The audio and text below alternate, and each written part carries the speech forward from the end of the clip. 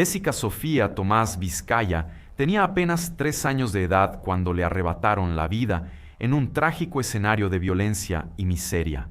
Su muerte se convirtió en una novela oscura y deprimente, donde solo ella era inocente. Los autores materiales de este crimen ya están detenidos y esperan juicio en prisión preventiva. El funeral de Jessica terminó convirtiéndose en un gran juicio popular, donde los habitantes de Setúbal, una ciudad portuguesa ubicada en la región metropolitana de Lisboa, señalaban con el dedo y amenazaban de muerte a quien consideraban la verdadera culpable de la tragedia: la madre de Jessica. Yo soy Marcos, sean todos muy bienvenidos. Y amigos, el caso que voy a presentar hoy es particularmente mórbido y triste. Así que queda el aviso y vamos a los hechos.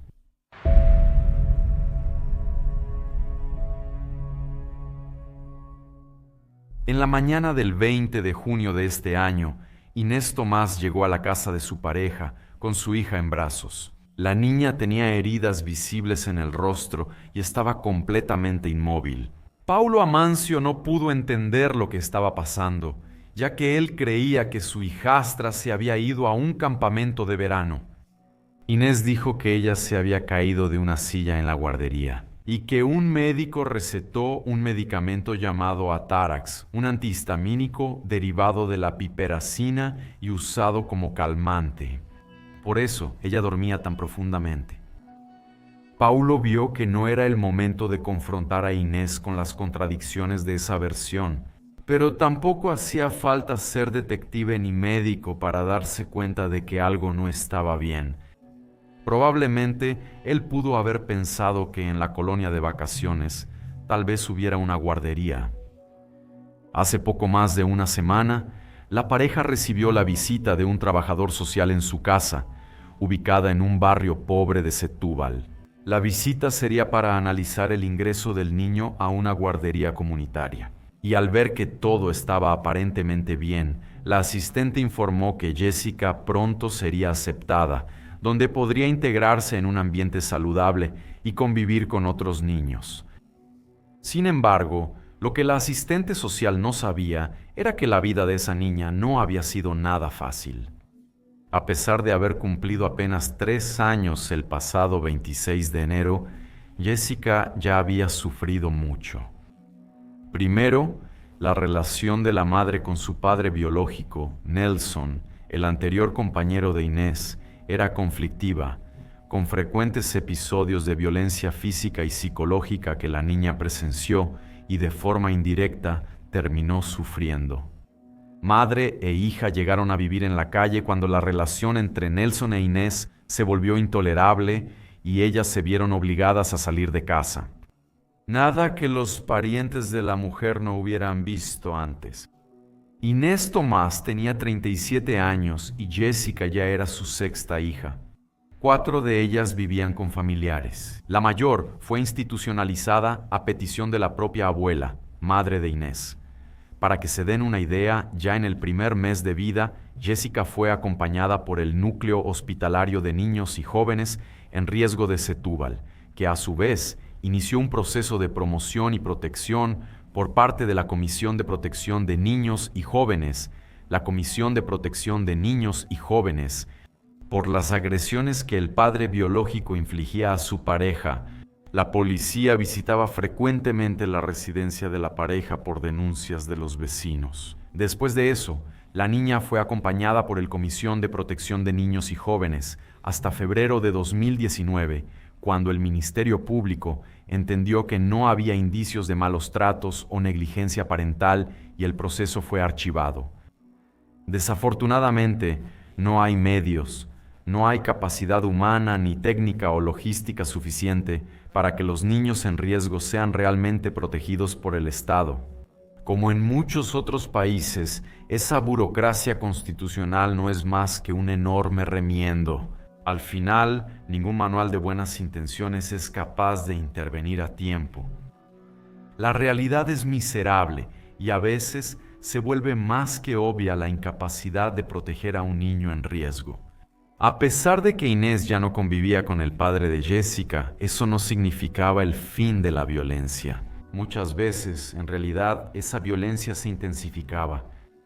Después de un tiempo, el excompañero de Inés se mudó a Holanda en busca de trabajo. Y ahora ella estaba libre, podría finalmente seguir con su vida, conocer a una buena persona y vivir una vida normal. En esa época Inés conoció a Paulo y decidieron vivir juntos. Una casa pequeña y modesta, donde la niña no tenía un cuarto, sino un rincón. Jessica nunca tuvo elección. Ella nació en la pobreza, un cierto tipo de miseria estructural, de muchas maneras hereditaria, que la sociedad, en el fondo, no es capaz de reconocer. En los 3 años de su corta vida, ella no solo era una niña que presenciaba la violencia dentro de su casa, sino que también se convirtió en el objetivo de esa violencia desmedida. Ella empezó a aparecer con marcas en el cuerpo, pero no eran tan visibles como las que tenía en la mañana del 20 de junio de este año. Fue Paulo Amancio quien hizo el informe preliminar de los hechos a la policía, cuando este caso se volvió mediático por la razón más nefasta. Sucede que cuando Inés llegó ese día, la niña se mostraba muy somnolienta, pero dedujeron que podría ser el efecto del medicamento. En silencio, Paulo sabía que las heridas de la niña no eran consistentes con la versión de una caída accidental. Las lesiones en el rostro eran muy evidentes. Inés tenía algo que esconder, algo que pesaba en su conciencia. Al final, ¿por qué no llevó a su hija directamente a un hospital cuando fue a buscarla? ¿Dónde estaba? Supuestamente en esa guardería cuya existencia Paulo desconocía. No solo Paulo, sino prácticamente todos los que conocían a la pareja creían que Jessica estaba en una colonia de vacaciones. Nada tenía sentido. Mientras tanto, Jessica seguía inerte. Al inicio de esa noche, alrededor de las 6 de la tarde, Inés finalmente reunió valor y llamó a emergencias. A partir de ese momento, sería cuestión de tiempo para que la verdad saliera a la luz. Desafortunadamente, un tiempo que Jessica no tenía. Los paramédicos se dirigieron de urgencia a la residencia y, al llegar ahí, constataron que la niña presentaba manchas moradas en el rostro, brazos y piernas, moretones en el abdomen, además de pupilas completamente dilatadas. Según el equipo de socorristas, el estado de las pupilas mostraba lo obvio. Algo muy grave le había pasado a esa niña. Eso podría significar 2 cosas, o ambas: señal de varias horas de sufrimiento o lesiones y traumas en la cabeza. La ambulancia se dirigió rápidamente al hospital de São Bernardo, en Setúbal. Inés acompañaba a su hija impotente para evitar lo inevitable. A pesar de las maniobras respiratorias y los intentos continuos de reanimación, lamentablemente, Jessica no resistió a las heridas. Ella falleció en los brazos de su madre. Antes incluso de llegar al hospital, el médico solo pudo declarar la muerte. Y, ante la muerte de una niña de apenas 3 años de edad, en circunstancias objetivamente violentas, él llamó a las autoridades policiales, ya que constató cerca de 57 marcas de agresiones. Era un caso para la policía judicial de Setúbal, pues se trataba de un crimen. No había dudas, aunque las circunstancias aún estaban envueltas en misterio. Las lágrimas de una madre que acababa de perder a su hija no podían hablar por ella. Y, incluso en estado de shock, Inés necesitaba presentar una explicación coherente para la extensión de las lesiones que llevaron a su hija a la muerte. No pasó mucho tiempo para que el caso llegara a los medios portugueses y después al mundo. A pesar de que se comprobó que Inés fue víctima de un proceso de violencia doméstica durante toda su vida, no tardaría mucho en convertirse en la principal sospechosa junto con su pareja Paulo. La presión era muy fuerte. Inés no estaba acostumbrada a la presencia de cámaras y micrófonos apuntando hacia ella, además de una legión de periodistas en la puerta de su casa. Aún así, ella se mantuvo firme como pudo, dando la misma versión que le había dado a su pareja cuando llegó a casa con la niña en brazos. Sin embargo, ella no era capaz de responder a las preguntas más básicas. ¿En qué colonia de vacaciones estaba Jessica? cuál era el nombre de la guardería y quién era el médico que recetó el Atarax.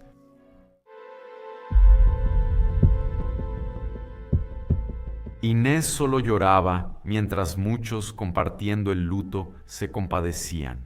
Todos necesitaban una respuesta, pero Inés no decía nada cuando le preguntaban sobre los detalles. Generalmente se quedaba en silencio, lloraba, negaba con la cabeza y solo respondía cosas básicas, como su nombre, el nombre de su hija y dónde vivían. Esa situación se convirtió en una trágica telenovela, donde los protagonistas eran ellos, los periodistas, y la principal sospechosa del crimen más atroz. Era ella, Inés, quien seguía con las contradicciones de una ficción que ella misma creó. Era tan evidente su sufrimiento como la mentira. Sedientos por la gran noticia, los periodistas se amontonaban frente a la casa de la mujer de tal manera que ella ya no podía salir. Uno de ellos la convenció de dar una entrevista exclusiva. El periodista fue autorizado a entrar en la residencia para ver dónde dormía la niña y se dio cuenta de las condiciones de precariedad en las que vivían. En la casa no había fotos ni juguetes de Jessica. Los investigadores del Departamento de Policía de Setúbal, que ya habían registrado la casa de Inés en la mañana del día 21, también notaron algo extraño. En la residencia no había ni siquiera ropa de Jessica, fotos o cualquier indicio de que ahí vivía una niña. Paulo Amancio aclaró que la pareja decidió tirar la ropa a la basura para no traer el doloroso recuerdo. La habitación de la pareja estaba completamente desordenada y llena de basura en el suelo. Eso no sonaba bien para la opinión pública, cada vez más sedienta de respuestas. El hecho es que la principal sospecha recayó sobre Inés y Paulo, pero después toda la atención se centró en Inés. Que se trataba de un crimen, ya nadie tenía dudas.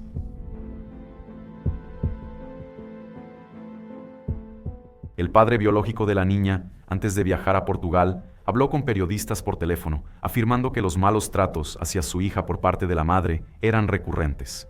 En ese momento, solo faltaba que Inés, al menos, confesara la autoría material del homicidio, pues el veredicto ya había sido dado por todos.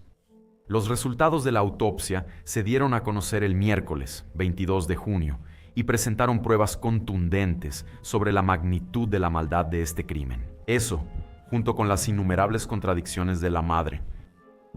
Entonces se estaba volviendo incontrolable. En cualquier canal, de cualquier emisora, a cualquier hora del día, si prendías la televisión, alguien estaba hablando sobre la muerte de la pequeña Jessica. Mientras tanto, la policía continuaba su investigación de manera sigilosa para no entorpecer el desarrollo de los acontecimientos. Además, el informe de la autopsia descartó las sospechas de abuso sexual. Los investigadores dejaron a todos en shock con la posibilidad de la existencia de una niñera, echando por tierra las versiones de la colonia de vacaciones y de la guardería, en las que pocos creían, para ser sinceros. Rápidamente, la atención se centró en este nuevo personaje, hasta entonces en el anonimato. No pasó mucho tiempo para que todos lo supieran. Jessica había sido entregada al cuidado de una señora de 52 años, llamada Ana Cristina, conocida por todos como Tita. La mujer vivía a pocas cuadras de la casa de Inés. Tita vivía con Justo, su esposo de 58 años, Esmeralda, su hija de 27 años, y una nieta de la misma edad que Jessica. Lo extraño es que Tita no era conocida por ofrecer servicios de niñera. Bajo presión, Inés terminó cediendo y confesó todo. Sin embargo, en ese momento, Tita y toda su familia ya habían huido de Setúbal. Inés les contó a los policías que Jessica, la pequeña Jessica, solía jugar con la nieta de Tita, que tenía su misma edad. Según ella, un día la mujer atrajo a la niña a su casa y ya no la dejó salir, diciendo que Inés debía pagar la cantidad de 400 euros si quería recuperar a su hija. Ese monto sería por un trabajo que Tita habría hecho para la mujer y que ella aún no había pagado. Ese trabajo en realidad es un hechizo de amarre amoroso. Tita alegaba controlar las fuerzas de la magia y le prometió a Inés que ningún hombre volvería a dejarla nunca más. Por lo visto, la relación entre Paulo e Inés ya no estaba bien, algo que Paulo confirmaría a la policía más tarde. Inés no tenía cómo saber que ese pedido provocaría la muerte de su hija de 3 años y, para empeorar todo eso, su separación. Después de tanta exposición, el padrastro y la madre de Jessica pidieron protección policial, pero solo él regresó a casa. Inés se fue a la casa de su madre. Ese día, la familia de Tita, que huía, fue detenida por la policía en una casa abandonada en el barrio Cova das Fallas, en Leiria. Todos fueron llevados a la delegación de Setúbal, donde serían interrogados. En la mañana del 23 de junio, la policía de Setúbal emitió un comunicado oficial a la prensa que decía lo siguiente: a raíz de la muerte de un niño de 3 años, ocurrida el pasado 20 de junio, la Policía Judicial, mediante el Departamento de Investigación Criminal de Setúbal, localizó, identificó y detuvo a un hombre de 58 años y a 2 mujeres de 52 y 27 años. Sobre ellos recayeron fuertes indicios de la comisión de los delitos de homicidio calificado, lesiones graves, secuestro y extorsión. De esa manera, quedaban explicados los 5 días que precedieron la muerte de Jessica. Lo inexplicable era la verdadera causa de la tortura y violencia extrema sufrida por la pequeña Jessica. Tita empezó a ser llamada por los medios de comunicación como bruja, e incluso con la autora material del crimen detenida, la justicia popular ya había concentrado su ira en otra persona que habría facilitado todo esto. La madre, Inés, aún no estaba libre de culpa y la gente de Setúbal estaba dispuesta a convertir su vida en un verdadero infierno. Y el infierno salió a la luz ese mismo día, durante el velorio de Jessica Vizcaya. En una capilla local, los programas de televisión transmitían en vivo el teatro de la desgracia humana afuera de una pequeña capilla. Con la llegada de Nelson, el padre biológico de la niña, una multitud empezó a formarse afuera. A pesar de la protección policial, había demasiada gente. Poco a poco, varias personas con un sentimiento de justicia ya formaban una multitud enfurecida. Cuando Inés llegó para velar el cuerpo de su hija, escoltada por la policía, un coro de justicieros gritó al unísono: ¡Asesina! ¡Asesina! La gente se abalanzó como perros hambrientos, en busca de un hueso para roer.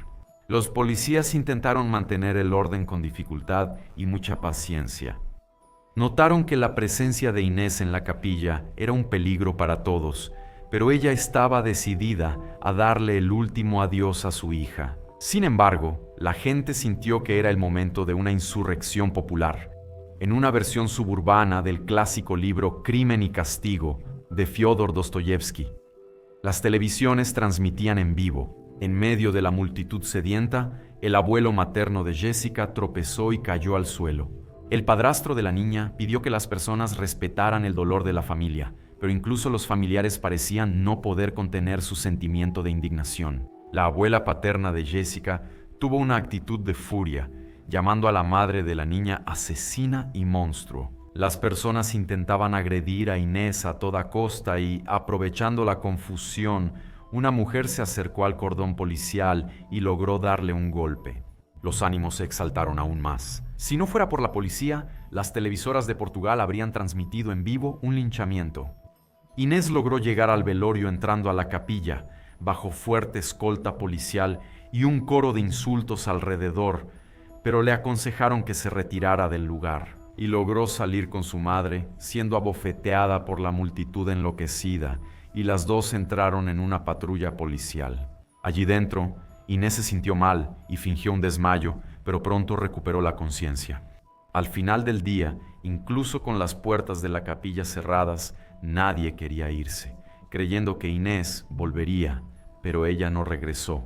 A las 10 de la mañana del 24 de junio de 2022, fecha marcada para el funeral de Jessica, ya se formaba una multitud en la puerta de la capilla de Nuestra Señora de la Anunciada, no muy lejos de la avenida Luisa Todi, en Setúbal.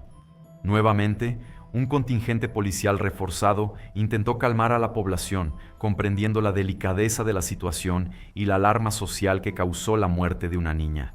Principalmente en las circunstancias que todos conocían, cientos de policías vaciaron las calles y bloquearon los pasos con sus patrullas, lo que no sirvió de mucho.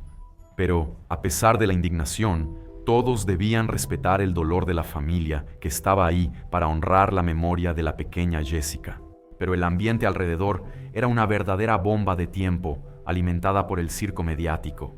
La multitud empezó a calmarse cuando supo que Inés no estaría presente en el velorio, pero aún así, todos estaban atentos. Sin el menor pudor moral, los reporteros siguieron repitiendo los detalles más sórdidos de esta tragedia. En medio de una guerra por la audiencia, la historia de la pequeña Jessica tomó un giro cada vez más macabro, y eso solo alimentó la bestialidad de cientos de padres y madres indignados por el crimen y sin el menor pudor. De repente las televisoras locales empezaron a difundir que Inés estaba camino al funeral de su hija. La noticia cayó como una bomba nuclear y la situación empezó a volverse completamente insoportable, al borde de la locura. Pero nadie tenía certeza de si la noticia era verdadera o no. Para que se den una idea, varias personas empezaron a buscar la patrulla policial que supuestamente llevaría a Inés al cementerio. Quedó claro para todos que no había tregua posible y que lo que había pasado el día anterior en la capilla solo había sido una muestra de lo que estaba a punto de suceder. Muchos pensaron que el linchamiento sería inevitable esta vez. Los mismos que, el día anterior, habían convertido el velorio de Jessica Sofía Tomás Vizcaya en una telenovela suburbana mórbida, estaban ahí, con energía renovada y una sed irresistible de venganza. Inés fue escondida, disfrazada, pero fue, sin que nadie se diera cuenta, dentro del coche fúnebre. Lo que sucedió después fue un espectáculo absolutamente degradante. Cuando el ataúd de la niña bajó por el camino hacia el cementerio, comenzó una locura colectiva incontrolable. Los periodistas perdieron la noción del periodismo, las personas, la noción de su humanidad, incluso los principios más básicos de respeto por una niña muerta. Allí, el féretro de una niña de 3 años, víctima del destino, víctima de la miseria, víctima de las circunstancias, era la más inocente de todos los que estaban presentes. Cuando partió hacia su última morada, el cortejo iba detrás del coche fúnebre, donde su madre, de luto, hacía lo posible por esconderse de la multitud. Al borde del camino, todo parecía más un convoy militar persiguiendo al enemigo que una marcha fúnebre. Una mezcla de justicia popular, transmitiendo, sin filtros, una tragedia humana muy por debajo de los 7 palmos de su naturaleza.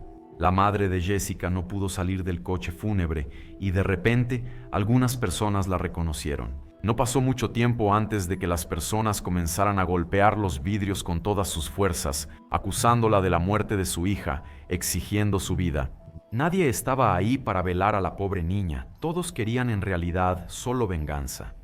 La abuela paterna, después de lanzar un puñado de tierra al ataúd de su nieta, se unió a los justicieros. El padre biológico tomó la pala del sepulturero y enterró a su hija, como en una obra, como si quisiera acelerar el tiempo. Las personas lloraban, gritaban, corrían, grababan y hablaban a los micrófonos. El carro fúnebre donde Inés estaba salió a gran velocidad del cementerio, como si huyera del lugar de un crimen. La multitud la persiguió y solo así esa pobre niña finalmente encontró algo de paz. Por último, 3 personas están detenidas por la muerte de la niña. Son Tita, su esposo y la hija. Todos siguen esperando las deliberaciones legales del juez responsable para, solo entonces, finalmente ir a juicio.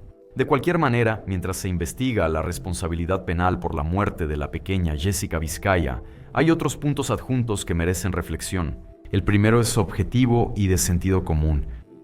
Si una niña fue señalada en situación de peligro, llegó a ser protegida y acompañada por las autoridades, ¿a quién le corresponde asegurar su bienestar una vez que un trabajador social confirmó que vivía en un hogar cómodo? Ustedes que siguen el canal, mis queridos, saben bien que la historia se repite, ¿verdad? Jessica murió violentamente a manos de terceros. Lo que o quien haya fallado en este proceso falló gravemente. Inés sigue bajo la responsabilidad del Estado hasta los desenlaces finales del proceso y su paradero se mantiene en absoluto secreto. Ella no dio ninguna otra declaración sobre el caso y su relación con Paulo Amancio llegó a su fin. El jueves 21 de julio, su abogado dijo que está considerando sacarlo de Portugal por cuestiones de seguridad. Si hay actualizaciones del caso, las voy a fijar en el comentario, ¿ok? Así, cerramos este caso, lamentablemente, sin un desenlace, al menos jurídico, todavía. Gracias por tu compañía. Hasta el próximo episodio.